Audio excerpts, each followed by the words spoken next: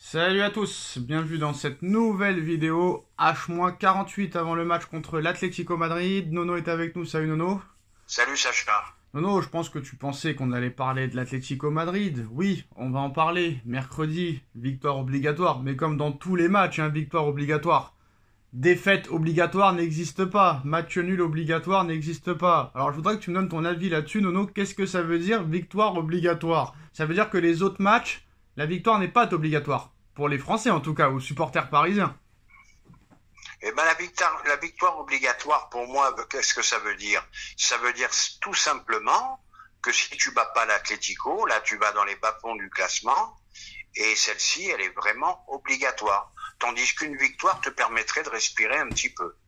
Alors contre l'Eindhoven, contre le PSV Eindhoven, il disait aussi quelques heures avant le match que la victoire est obligatoire, qu'il ne voulait pas entendre autre chose qu'une victoire. Et pourtant, il y a eu match nul. Et là, encore, on dit victoire obligatoire. Mais non, le vrai gagnant, c'est la victoire obligatoire à chaque match et pas en choisissant les matchs. Ah bah là, on est d'accord, il n'y a pas à choisir les matchs. En Ligue des Champions, tu dois gagner pour être le plus haut possible et être en bonne place pour les phases finales.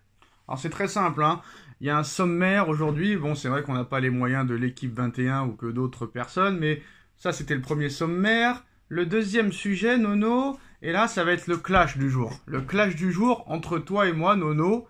Hier, alors comme quoi, c'est des fois les inconnus qui sont les meilleurs. La preuve avec nous. Mais on n'est pas validé à notre juste valeur. Mais hier, quelqu'un a dit quelque chose de très intéressant, Nono, après l'élimination de City en Coupe de la Ligue et la défaite contre Bournemouth ce week-end. On a pu apercevoir qu'à City, Nono, il y a 9 blessés. Voilà, il y a 9 blessés qui sont des potentiels titulaires indiscutables. Et il y avait au moins 6 joueurs sur les 9 qui sont des titulaires indiscutables. Et on voit, Nono, que très clairement, sans son équipe type, Guardiola n'y arrive pas, contre des petites équipes en plus de ça. T'aurais perdu contre United, Tottenham, Liverpool, Arsenal, Chelsea, etc. On aurait pu dire, oui d'accord, il y a des blessés, c'est compliqué, les équipes d'en face sont complets, voilà. Mais là, Nono, t'as perdu contre Bournemouth, c'est contre je sais plus qui en Coupe de la Ligue. Enfin, des équipes, Leicester City, je crois, voilà, Leicester City et Bournemouth. Et hier, il y a un gars, Nono, qui a parlé hier et qui a dit quelque chose d'intéressant, qui a dit que la preuve que Guardiola, en fait, s'il n'a pas de grands joueurs, c'est un coach tout à fait banal, et que des coachs comme Mourinho, ou comme Jürgen Klopp, ou comme d'autres ont prouvé, eux, à l'inverse de lui, sans grands joueurs. Et là, Guardiola, non, il est en train de montrer déjà qu'il y a une usure, comme tu disais hier, avec City, vu que c'est sa 9e année, mais on voit que quand ce mec-là n'a pas les joueurs titulaires dans son équipe, et ça devient un coach totalement normal. Moi, j'ai toujours dit que Guardiola était surcoté, Nono, qu'il a jamais prouvé avec une équipe assez moyenne, par exemple. Nono, est-ce que, par exemple, avec l'équipe qu'a Enrique en ce moment, est-ce que Guardiola ferait des bonnes choses? Est-ce que quand Mourinho a gagné la Ligue des Champions avec Porto en 2004 ou avec l'Inter en 2010, est-ce qu'il aurait fait la même chose? Est-ce que s'il aurait eu l'AS Monaco de 2004 de Deschamps, il aurait fait la même chose? Donc, non, moi j'ai toujours dit que Guardiola était surcoté, qu'on l'a jamais vu avec une équipe avec de bons joueurs, mais pas des exceptionnels joueurs. Et là, il est en train de prouver que, sans ces joueurs de d'habitude, il n'y arrive pas, Nono. Eh ben, Guardiola, comme les autres, Sacha, je vais te rafraîchir la mémoire. Non, pas comme les autres. Ah, ça y est, je sais ce que tu vas dire. Café Ancelotti avec Naples, café Ancelotti avec Everton, café Ancelotti avec le Bayern. Mais t'as que Ancelotti comme exemple, Nono. Alors, j'ai pas qu'Ancelotti. Qu'est-ce qu'a fait Mourinho avec l'AS Roma? Qu'est-ce que fait Mourinho? Oui, mais Mourinho, il est en fin de cycle, là, ça y est, c'est terminé. Il a fini à Fenerbahçe, le gars. Mais je te parle du Mourinho de l'époque, du grand Mourinho. D'accord, peut-être. D'accord. Bon, Klopp, sur la fin, ça sentait le sapin aussi. Bon, ça veut dire quoi, malgré tout? Ça veut dire que tout le grand entraîneur qu'ils sont, quand ils n'ont pas leur pièce maîtresse, ils sont en difficulté. Non, pas tous, Nono, pas tous. Quand tu vois Lille, Nono, qui bat le Real avec 3 absents, qui bat l'Atlético avec 6 absents, c'est pas tous, Nono. Bon, mais pas tous, je vais te répondre, on va pas se clasher, mais je vais te répondre. Depuis qu'il a battu l'Atlético, il met plus un pied devant l'autre, Lille. Non, mais voilà. je vais te dire un truc. Non, au moins ils perdent pas de match, déjà, premièrement, donc je vois pas où ils mettent pas de pied devant l'autre. C'était il y a que 2 semaines déjà, tu dis n'importe quoi, Nono, et je suis désolé, moi j'ai toujours dit que Guardiola était un entraîneur surcoté, il a eu des équipes exceptionnelles, et en plus de ça, il a pas réussi partout. Il a réussi au Barça, certes, il y a rien à dire. Au Bayern, il a fait 3 demi-finales, et les 3 demi-finales, il se fait exploser. Avec l'équipe qu'il avait, s'il gagnait pas la Bundesliga, là, ça aurait été plus qu'une faute professionnelle, ça aurait été faute grave. Et à City, il a mis, si je me trompe pas, ils l'ont gagné en 2022, c'est ça, ou 2023 2023, il est arrivé en 2016, donc il a mis 7 ans.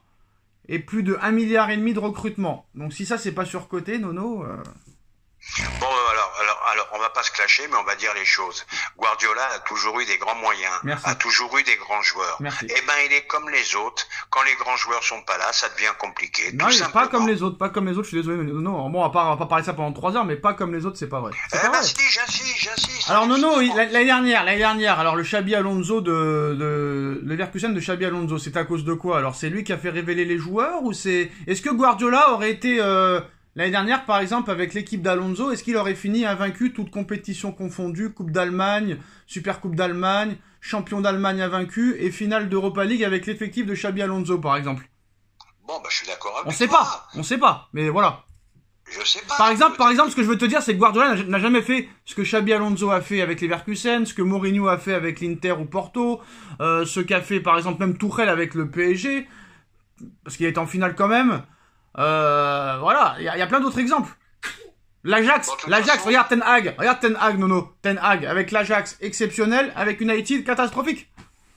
Et il avait un effectif encore plus gros. Voilà. Bon, je suis d'accord avec toi. Voilà. Bon, mais maintenant surcoté peut-être un peu. Merci. Mais malgré tout, c'est un grand entraîneur avec un grand palmarès. La Ligue des Champions, malgré tout, faut la gagner 5, 6 ou 7 fois. Je sais pas combien. Mais tu vois, le problème, Nono, là, c'est qu'on va dire, ça y est, Sacha a poussé Nono à être d'accord avec lui. Tu vois? Ben non, Sacha, il pousse pas Nono parce que tu m'écoutes pas. Je viens de dire que pour moi, Guardiola est un grand entraîneur. Bon, ben, il y a un coup de mou, il y a l'usure, ça fait 9 ans, et ça me rappelle un petit peu Deschamps. Non, mais pour moi, c'est pas une question, non, mais déjà, c'est pas une question d'usure, parce qu'on l'a jamais vu avec un effectif moyen. Guardiola, jamais. On peut pas. Ah, ben, il faudrait tenter le coup avec un voilà. Guardiola effectif moyen. Alors, donc, on peut pas parler de ce qu'on connaît pas. Oui, mais on voit que quand il a pas ses joueurs à disposition, ses gros joueurs titulaires, il n'y arrive pas. Voilà, c'est tout. Il est en difficulté, là on est d'accord là-dessus. Voilà. Alors Nono, on a parlé de tout, mais là on va encore parler d'une histoire qui est sortie aujourd'hui. Alors, certains joueurs du Real Madrid sont très agacés par Kylian Mbappé et son manque de repli défensif. Le Français donne l'impression d'être impliqué uniquement quand le ballon dépasse la ligne médiane. Et tout le monde espère qu'il va ouvrir les yeux et commence un petit peu à en avoir marre de lui. Ancelotti, ça fait des semaines qu'il dit qu'il va faire des changements, mais il les fait pas. Pérez en a marre de voir Güler et Hendrick sur le banc, mais Ancelotti, lui, il n'a Dieu que pour Bellingham, Mbappé, Vinicius et même Rodrigo, on a fait les frais et alors qu'ils méritaient pas. Est-ce que ça prouve encore une fois que ce gars-là est plus qu'un problème, hein? Eh ben, il est ingérable, tout simplement. Vous avez l'air surpris. Il a jamais défendu à Paris. Paris. Je suis pas surpris, moi. Il a jamais défendu à Paris. Pourquoi Enrique dit toujours on sera meilleur la saison prochaine? Parce qu'il bouge un trou. T'as un Barcola qui défend comme un fou. J'irai pas jusqu'à dire que Barcola est meilleur que Mbappé. Je suis quand même pas fada. Mais c'est un joueur qui défend pas. Et tout Deschamps qu'il est, il défend pas en équipe de France non plus. Qui continue à tous baisser leur froc de non, je suis désolé. Par exemple, Barcola, Rafinha, Greenwood même sont meilleurs que Mbappé cette saison. Hein. Je parle de cette saison. Bien sûr. Ouais. Et regarde, je t'en cite un autre. Regarde Vinicius, comment il défend comme un fou. Voilà, lui, il s'est pris pour le meilleur joueur au monde. Je le dis, je le répète. Et je continue à penser que c'est une grosse erreur du Real Madrid de l'avoir pris et que c'est pas fini les problèmes là-bas. Eh ben merci à tous et à très vite pour une nouvelle vidéo. Tchuss.